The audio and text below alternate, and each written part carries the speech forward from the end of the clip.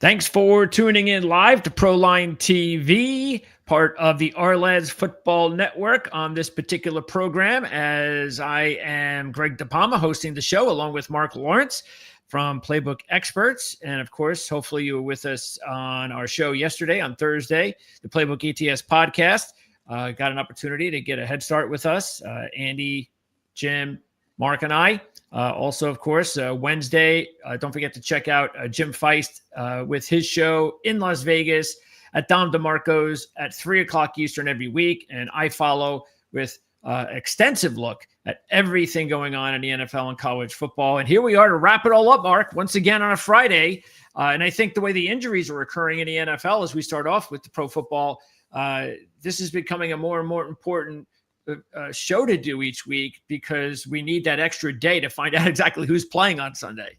Yeah, it gives us a chance to review who practiced, who did and didn't on Wednesday, and maybe even perhaps as deep as Thursday. So we're getting a little bit closer to the games and a little bit closer to a feel of who's going to be in and who's going to be out. Yeah, just taking a look. And I think one of the biggest injury updates everybody needs to keep an eye on now for real is Kyler Murray. I just got an email from my contact, Jess Root, who's the managing editor over at Cards Wire. And I asked him about it. And his exact words, were toss up, to be honest. He'll push to play. I think it is about 50-50 right now. So, a lot of times you get a little bit more inside information from people who are following the team and they say, yeah, it's going to be okay. They say that, especially when a quarterback's questionable a lot of times, it's nothing to be worried about, but apparently it is. So what would you do in a situation like that? Because I don't think they've touched the line yet, right? I believe it's still, the number's still the same. It's been all week. Yeah, it's still there. And they basically put a number out just anticipating him not playing because if he's injured at that point, he's not playing. Yeah, so they'll put that number out there and be quick to adjust it once word comes out that he is playing. So once they announce, if they do announce he's playing, figure this game will probably move 2 or 3 points. Yeah. Tough gamble because, look, if you're an Indianapolis side guy this week, then you want to jump all over this right now. And if Kyler Murray does not play, then you get the bonus of having 7 instead of potentially, say, 10. But if you're on the Arizona side, that's a lot different. Jacoby Brissett, though, is not a bad quarterback to come in for one game. If that's all you're asking him to do is come in for one game, he's a former Colt. It's not the worst idea in the world. Let's keep in mind, Arizona has lost all 3 of their games this year by a total of 5 points. So I actually like the Cardinals in this game. And I think they might be actually, if I'm going to pick an upset play this week, this would be the one that I would be looking at. I like Arizona in the game as well, Greg. They've played really, really well in other domes. They're 5-1 to the spread, just what they'll be at in this particular role. And the last 7 games they played in non-conference games, they're 6-1 to the number. They'll come with everything they've got. And if for no other reason, like you mentioned, they have this close call ability about them this football season here. And when you're talking a spread of more than a touchdown to a team that loves playing close call games, you have to give them a look. Yeah, the Colts are also one of those teams that, and I don't know what the exact term is. Obviously, you do, where every time they outgain the opponent, they win and cover, and when they don't, they lose and cover. They lose and don't cover. So basically, they're either with the stats or without the stats, or not just winning, but straight up and against the spread. So another thing to keep in mind. It's only been 5 games, though. I think maybe we need a little bit more data on that, but it's just another tidbit. Colts are also 7-2 against the spread as a home favorite, 2-0 in that spot this year. Okay, so let's take a look at some of the other action, and I'll throw in some injury updates along the way before we'll wrap up with the NFL. One of the other games, LA and Baltimore, another 7 in this game. And one of those situations, Mark, that honestly, the way Baltimore's been playing, it looks like they've completely checked out. And what I think also helps, if you're going to take the Rams this week, and frankly, I don't know why you would either. It's either you take the Rams or don't take the game. That's what I think. But is that Baltimore's got a bye next week. And it's one of those situations that you almost feel that when a team, any team, is going through a lot of rough stuff, rough patch, and a bye is coming up the next week, you almost get the feeling that it's like, all right, well, we've already kind of checked out, and now we got a bye coming up next week. We're really going to check out on Sunday. That's kind of the feeling I got this week. Well, you couldn't blame them for thinking that way, Greg, especially when they're not really playing for a whole lot these days right now. What's interesting to me is they've really never been any good at home off a home game, even when Lamar Jackson and they were healthy and they had a defense. There's 1-9 to the spread the last 10 times in that role, which they'll be in this particular game. But the cautionary thing for me is this, and I believe we talked about it on the ATS podcast. I'm not quite sure, but what I found in my database is NFL road favorites of 7.5 points exact are absolutely horrendous. We saw that Thursday night with the Philadelphia Eagles losing the whole game against the Giants. And if this number sits at 7.5 here, I'd be obligated to play Baltimore, grab a clothespin and play Baltimore. Yeah. Or again, like I said, just don't take the game. Yes. Because it did. Yeah, we did talk about it, and it did happen again. So, and again, that's the final number. So that's the one that you pretty much like an hour before the game, check the line. And if it's 7.5, then there you go. So, well, my records are the final number, but what really counts is what you bet it at. So, if you bet it at 7.5, you've got the play. Okay. If it goes off at 8 or 8.5, it's going to go in the database that way and it won't show up. But, for your pocket, you bet it at the right number. Patriots and Saints. And this is actually a game I kind of like. Probably one of my better plays this week. I like the Patriots in this one. It's up to 3.5 now. For a few reasons. One, obviously, they come up with a big win over the Bills, so I think that's got to help their confidence. Kind of get going now. Even though they've won a few games, 3-2. The fact is they could play better. I mean, they really could. I mean, if you look at it, they've been outgained by 4 or 5 of their opponents, so they can play better. But again, you come up with a confident win like that, and I think that should help them this week. Also, throw in the fact that the Saints are 6-13-1. in their last 20 against the spread as a home dog, 0-2 in that role this year. And for a playbook magazine special, they're 1-14 against the spread off a double-digit straight-up win when they take on a non-division opponent. Again, that's 1-14 against the spread. Drake May is a road favorite for the first time in his career, so you do have to keep that in mind. But I still think the Patriots are the way to go. My biggest concern here, Greg, is that there's a thing called progressions, and we do it in the National Football League. And you go back and you look at NFL teams, and it starts like this. If you win and cover and beat the spread by 17 or more points, and then your very next game, you win the game and beat the spread again, not by 17, but just beat the spread, you are a stone cold loser to try and continue that streak, because you come off of that big point spread win 2 games ago. You scathed by the last game, which for all intents and purposes, it wasn't a scathed by New England, but they did get in and out of Buffalo alive. That particular angle is an automatic fade for me. So I'll be fading New England because of that particular angle. And I'm also looking at a Patriot team that does not do well in other dome stadiums, just 0-4 the last 4 times they've been there. So again, another clothespin, hold my nose, take the points kind of a game. And then you have the Seahawks and the Jags, and this is could be up there with one of the games of the week. Of course, you've got a Jacksonville team coming off a humongous win against the Chiefs. Showed a lot of guts in winning that game. Come from behind by 2 scores early against a team like that. A franchise like that, I should say, because the Chiefs are not exactly playing well so far this season, but still a major win for the Jags. It is now a short week for them. Seattle's got to go cross country, though, following a loss. And keep in mind, too, that Seattle, as we saw last week with the explosion of offense, Seattle, a lot of that had to do with the fact that they got a banged up secondary.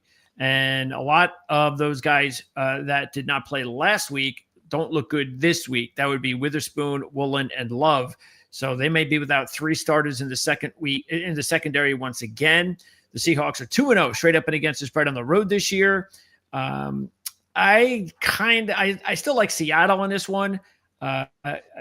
Jacksonville's confidence is just through the roof. I completely get that. But the Seattle's kind of backs are against the wall here. I mean, San Francisco's already ahead of them with a win. The Rams, they know the Rams are the Rams. They know how tough they're going to be. And Seattle's sitting there at 3-2. They lose this one, they're 3-3. So there's no question who's the more desperate team. So because of that, I kind of like the Seahawks in this one. I'm with you on the Seahawks in this football game here as well, Greg. I played them plus 1.5. It's probably pick 'em right now as we're talking. Hopefully we'll be able to see a dog on this football game come Sunday. What I'm doing here largely is two things. One, fading Jacksonville off the big win over Kansas City, in which they were out-yarded, and they allowed the Chiefs a season-high 426 yards. A little bit of a phony confidence-building type of a win. And the other thing that I'm looking to do is to fade Jacksonville, who has really stunk up the joint when they played teams from the NFC West. Just 2-17 to the spread the last 19 games. Wow. Only 4 wins straight up. So I'm gonna ride with Seattle in this football game and see if we can't stretch those numbers to make it 2-18. Okay. I guess the only thing that that we have to be guarded with is that they did beat the Niners this year. So, but maybe that works in our favor because, hey, well, they got their win. So you got to look at it a couple different ways. But anyway, I'm on board anyway with you with Seattle. And let me put it this way, Greg. They were 1-17 before they were. Yes, okay. They definitely were. That was pretty bad. Yeah. And it still is. Okay. Some injury news before we turn our attention over to college football. Brock Bowers looking like he may not play again this week in the game against Tennessee. One big trend I got from the magazine in this one, by the way, Tennessee 0-12 against the spread as AFC dogs of more than 3 when they take on a losing team. They're 0-1 in that spot this year. Anything on that game? I like Vegas in this football game here as well. They're playing a little bit under the radar in the sense that they're playing some really good defense, surprisingly, the Raiders are.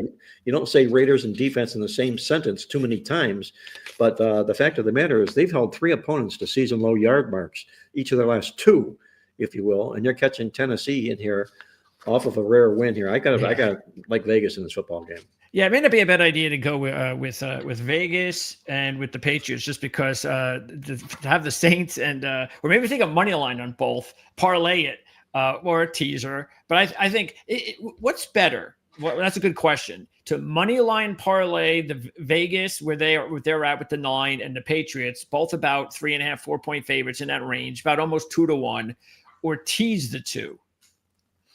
Well, you're talking to a guy that does nothing but straight bets, so that's like I know what's better, opium or heroin? Yeah, I feel like I'd still rather just go with the old fashioned way. Instead of teasing it, because you probably aren't. I don't know what kind of odds you get with the 2, but I don't know. But that's something to keep in mind because the bottom line is, do you think the Saints and the Titans are going to win 2 straight? That's where I'm going with that. That's exactly what the point is. Yes. All right. More injury news. The Jets, believe it or not, they have good news. Jermaine Johnson looks like he's going to return to the lineup against Denver. Carolina is in a heap of mess now on the offensive line. It looks like they're now going to be down 3 starting offensive linemen against the Dallas Cowboys this week. Right tackle Taylor Moton is going to be out.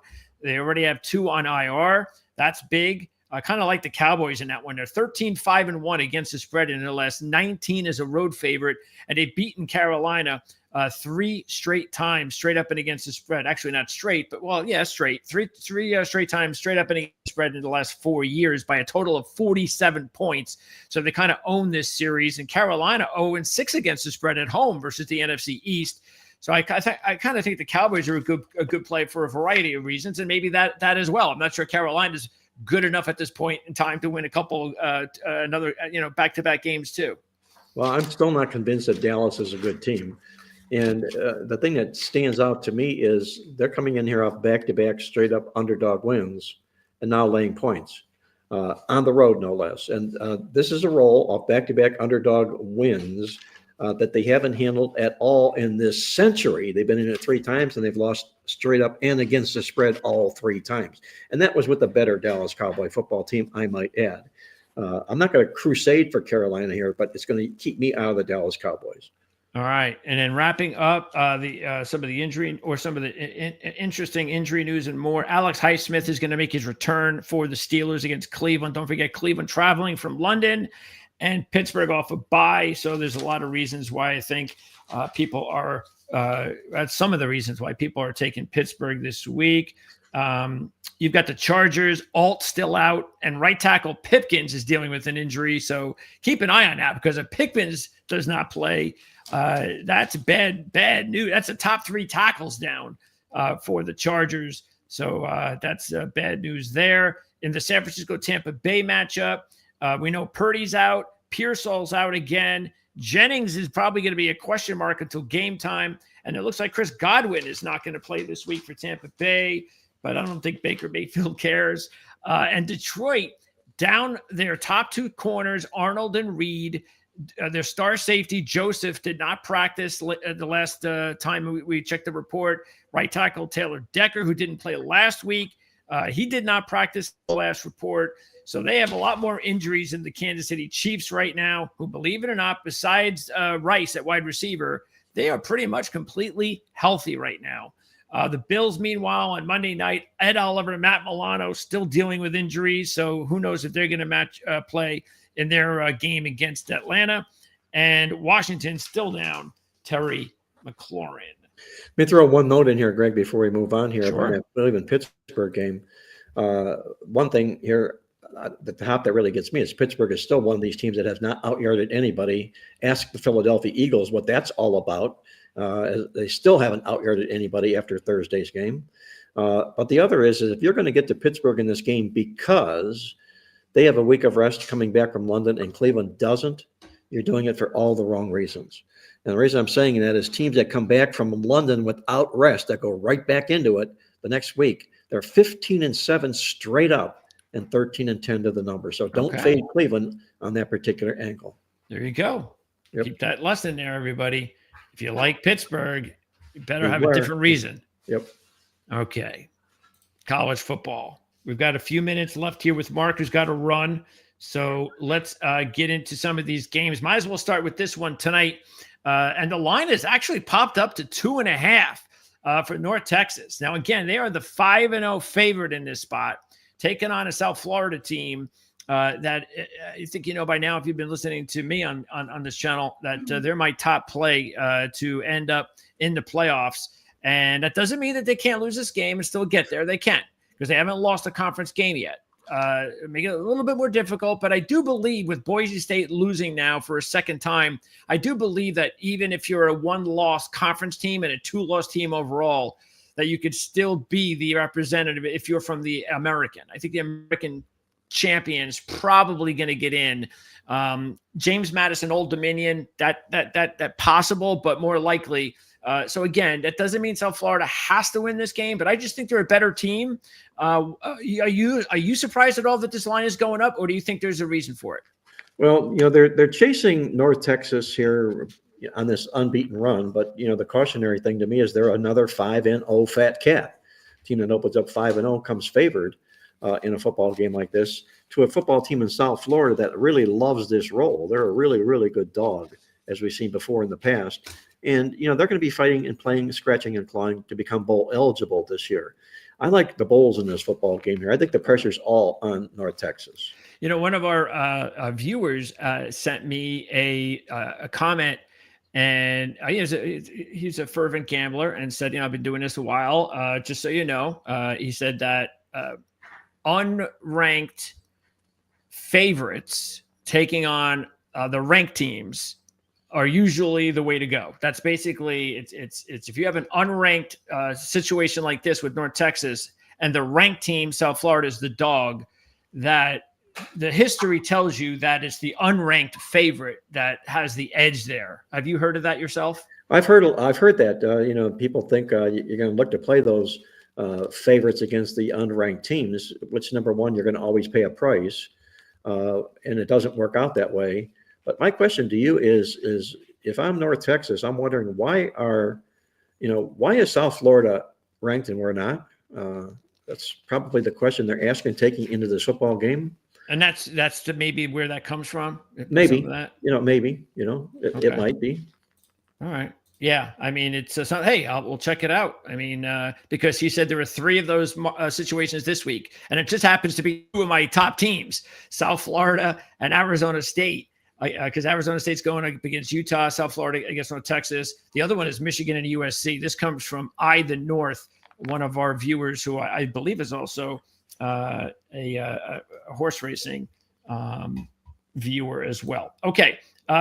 What about we'll do I tell you what, why don't we do that Arizona State game? What do you think about that matchup? What are you surprised like I am that the line is where is it? The line is 8.5 now. I checked the injury report. I didn't see any. I don't understand what's going on with this line. Maybe I need to check the injury report again. I'm not aware of injuries, but it sounds to me as if there may be, for a run like this. I like both of the Arizona schools, by the way, this year, Greg. Yeah. I like Arizona, in fact, at home against BYU on Saturday as well. But this is an Arizona State football team that take a look here, all 4 teams that they played from the FBS world, they've held all 4 of those teams to season low yards. That's impressive. That's good stuff that teams who make bowls take along with them, and teams that maybe perhaps crash the party and make the playoffs, they take that along with them as well into football games like this. So I'm going to look at Arizona State in the football contest here. I know Utah is really on the rebound this year under Kyle Whittingham, but I love what Arizona State's doing this year. I like what they're doing defensively, especially. And Kenny Dillingham has done nothing wrong since he's taken over this football program here. 11 wins last year, and they look like they may have 10 or 11 wins in them again this year. All right, well, I've got the report here, and that's exactly why the line has gone up. It's because they don't expect the starting quarterback Levitt to play. So at least Jeff Sims is the backup. He has 23 game appearances over his career. He played for Nebraska. He played for Georgia Tech. So he does have experience. It's better to go to a veteran like that than to an unknown commodity going to Utah. But yeah, it's looking like that's the reason that the line is blown up now to 9 almost. So you have to deal with that. But hey, Kenny Dillingham's a hell of a football coach. Yes, he is. And if any team can figure out a way to pull it out, even with your star quarterback going down, Arizona State could be that team. Wrapping it up, Mark, because this is a game that I still think is not a bad upset play. Do you have any upset plays that you're going to go with this week? Oh, I'm going to have a few upset plays on my ticket here. You know that, Greg, because, I do have an infatuation for underdogs and underdogs that I think can win games. I sort of tipped my hat a little bit in that Arizona BYU game, and because I did that, I'm not going to go out and beat that horse up again. But I think Nebraska is overpriced again this football season here. And this is a gutty Maryland football team who has proven that they can step up in games. They opened up the season 4-0. They take their first loss against Washington last week. Now they're coming right back at home in a home underdog role here. I'm going to play Maryland plus the points to expose Nebraska this week. Wow. Okay. Yeah. That would be a terrible loss for Nebraska. Yes, terrible. Yep, but they've been known to take losses like that. Yeah, no, that's Matt Rule's supposed to make sure they don't do that. So if it happens again, things are just not going to be looking good in Nebraska right now. Some upset plays. My top 4 double-digit upset plays this week are going to be Arkansas, New Mexico, and then the other 2 are going to be Northwestern and Illinois.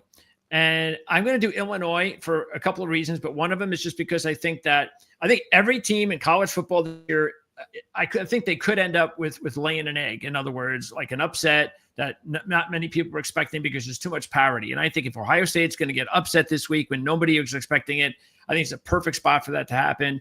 I also think that Penn State can do one of 2 things against Northwestern. They could give up completely on Franklin and absolutely get upset here. And Braun, the coach at Northwestern, has done a great job pulling off upsets since he's been the coach there. Or maybe they blow out Northwestern. So I think because I think it could go either way, that's fine with me. I'll take the 10-1 money line. And I'm also going to take Bobby Petrino getting his first opportunity to be the head coach once again, interim this time with Arkansas. We know they got an offense, so why not take the Arkansas Razorbacks to pull off the upset in his first start against Tennessee? And in New Mexico against Boise, I think this could be a good lay-down spot for Boise after the loss to Notre Dame, that maybe that's one of those season enders that they just realize deep inside, that's it. We can't go to the playoffs. after what we accomplished last year. It's just not going to happen. And New Mexico's having a very good, strong season that nobody really understands how strong they've been because they play out west. I'm not saying they're a juggernaut. Trust me, far from that. But where New Mexico usually is to where they're playing this season, they're actually ripe for potential upset, I think. So out of those 4 upset picks, which one would you go with? Well, I would dot the I with Illinois. It's a football team that I've used this expression a lot, that if any team, you throw out their best game, you would throw out their worst game. That's who they really are. And I'm sure by the end of the season, we're going to be throwing out that Illinois game against Indiana. That just came out of nowhere. They were just wired in that football game. But they're a lot better football team than they brought a lot of good starters back. And Ohio State is not going to continue to keep rolling. I know they look like an NFL team, especially defensively. But I would look at Illinois, but I'm up because you grabbed that. I'm going to sacrifice that and go to the other eye on the card this week, and that's Indiana against Oregon. I like the Hoosiers' chances in this football game. I'm a big Kirk Cignetti fan. He's done terrific in his career. In conference games, when he has an undefeated record, he is 18-3 straight up, which would be a nice little money line play if he's able to do just that. And I think you're talking about a team that has the better offense and the better defense. Indiana is winning their football games by 317 yards a game this season. There's only one other team that wins stats better than Indiana this year. That's Missouri. So I think they bring a lot to the table here. So put me down for the Indiana Hoosiers for that double-digit upset winner. All right, Mark, you've got it. That's a plan.